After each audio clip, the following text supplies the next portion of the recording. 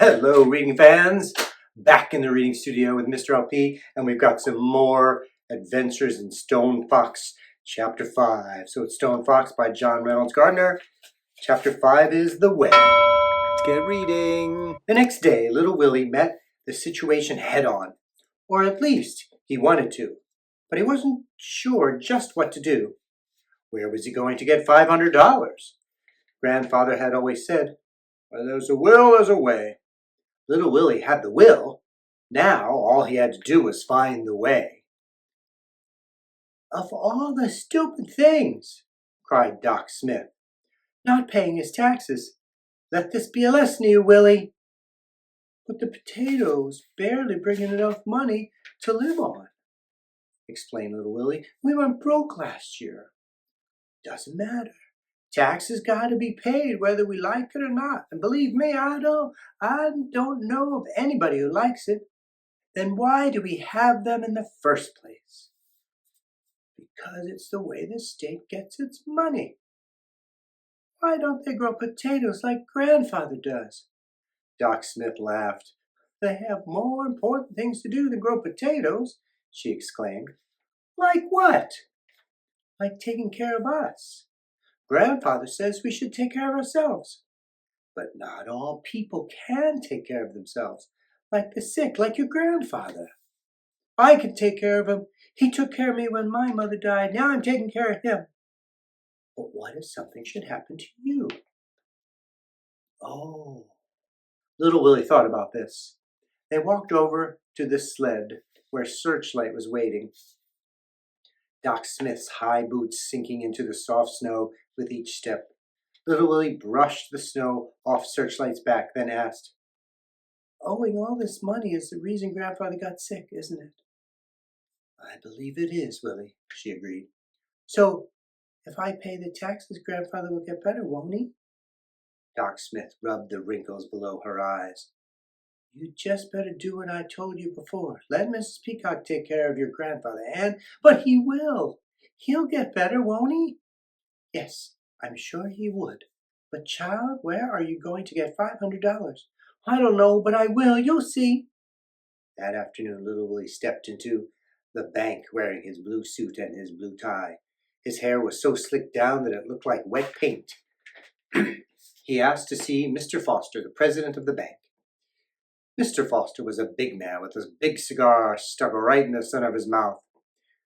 When he talked, the cigar bobbed up and down, and little Willy wondered why the ash didn't fall off the end of it.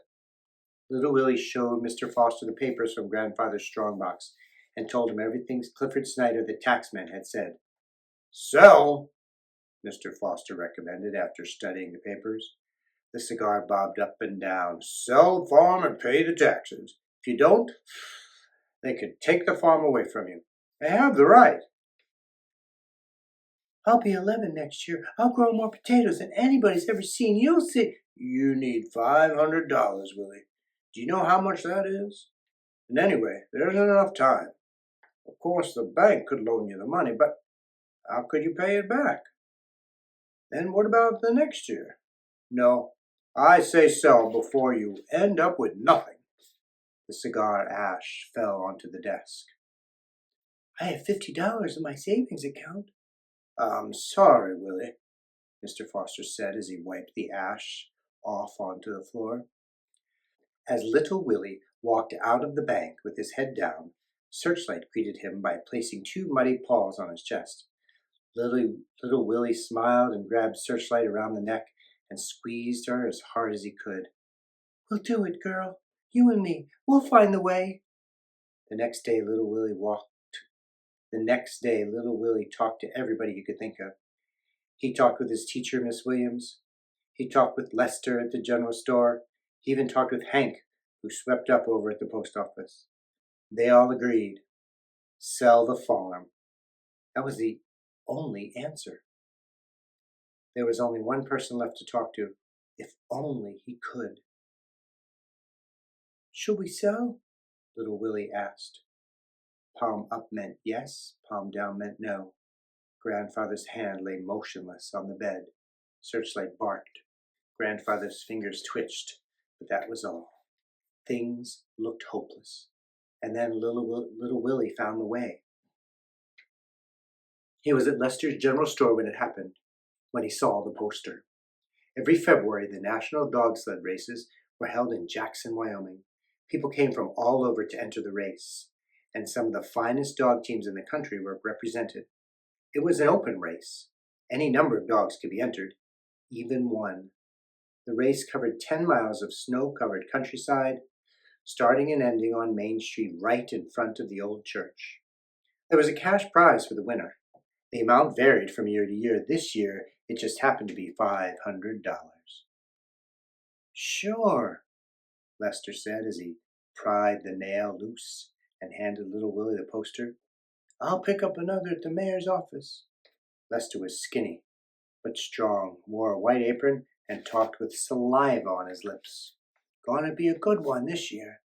They say that mountain man, the Indian called Stone Fox, might come. Never lost a race. No wonder, with 5 Samoans. But little Willy wasn't listening as he ran out of the store, clutching the poster in his hand. Thank you, Lester, thank you. Grandfather's eyes were fixed on the ceiling. Little Willy had to stand on his toes in order to position the poster directly in front of Grandfather's face. I'll win, little Willy said. You'll see. They'll never take this farm away. Searchlight barked and put one paw up on the bed.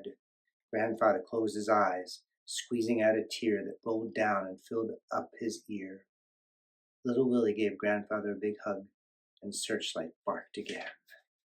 That's the end of Chapter 5. Thanks for tuning in. Please be sure to like, subscribe, give a comment. How are you enjoying the book?